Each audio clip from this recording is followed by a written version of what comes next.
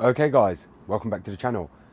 So if many of you guys remember, I fitted the JB4 to my BMW M135i. Now my M135i has the N55 engine. I fitted the JB4 and I've been so happy. If many of you guys know, I love tuning boxes for the simplicity that you can remove them at any time and be able to just adjust your tune whenever you want, and you're not limited like a remap on a car.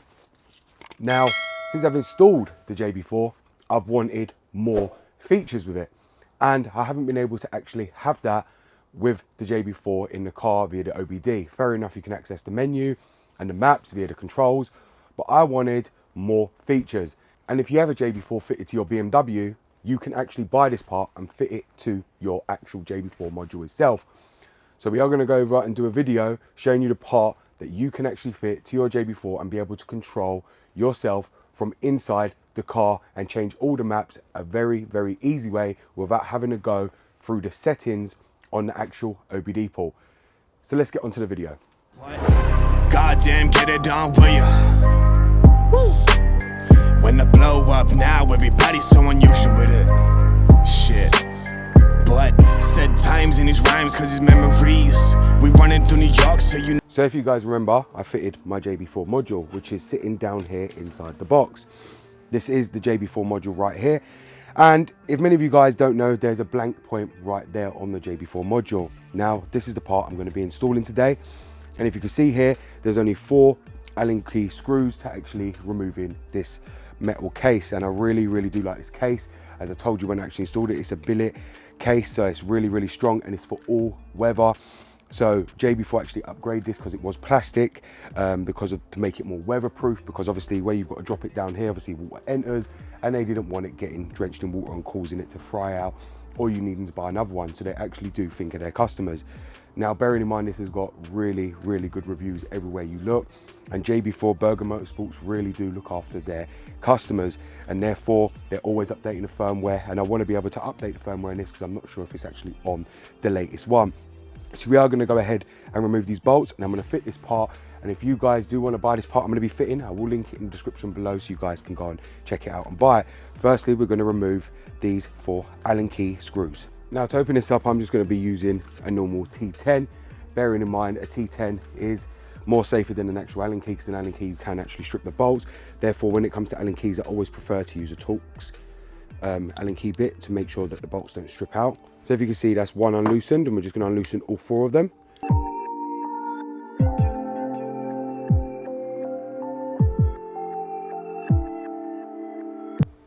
Now what should happen is you should be able to open the module just like that. And if you can see, that's the JB4 now exposed. We're going to put this down somewhere because I don't want this to end up getting damaged or lost.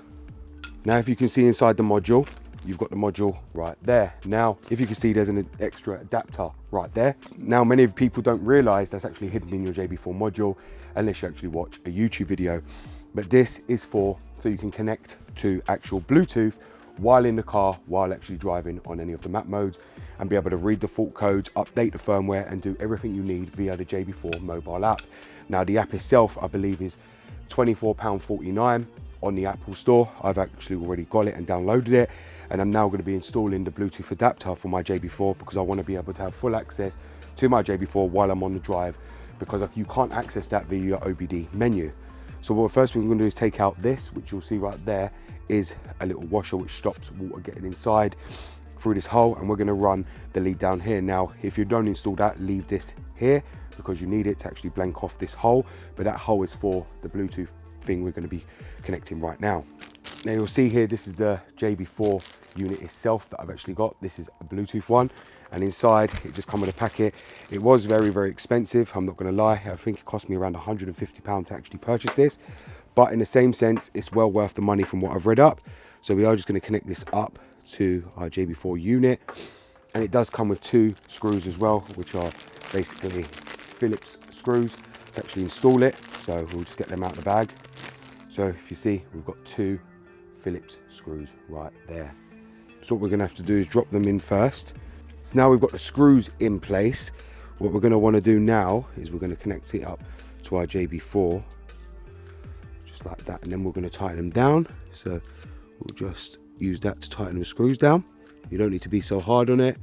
It will screw down, and that is now screwed down. So now we've got the Bluetooth adapter connected to the JB4.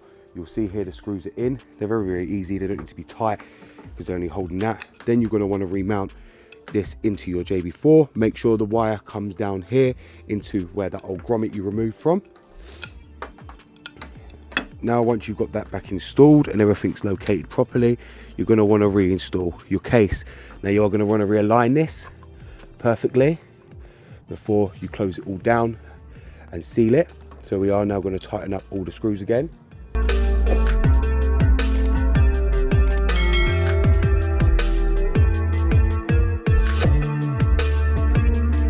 Okay, so now that's all reconnected and the module's on. We're now going to drop this back down into there. Now you do want to be careful here and make sure the weatherproof seal is all in at the top here, because if it's not, you will end up with water getting inside. And that's the whole reason JB4 and Berger Motorsports actually made billet aluminium one, is to stop that. So if you don't actually put the weatherproofing back around the casing, you will end up with water inside it and you only have yourself to blame. So what we're going to go ahead and do is reroute this back down here.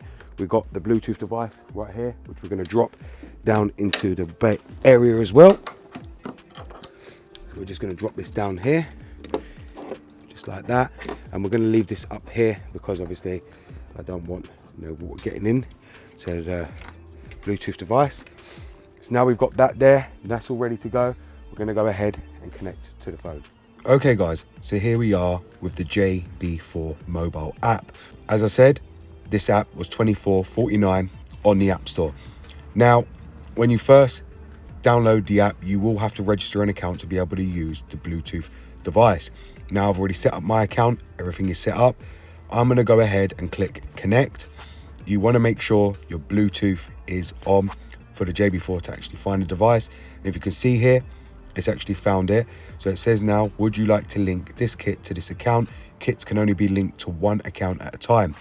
And to unlink it, you got to visit the account page while connected. So we're going to click link. Then it's going to attempt to link it.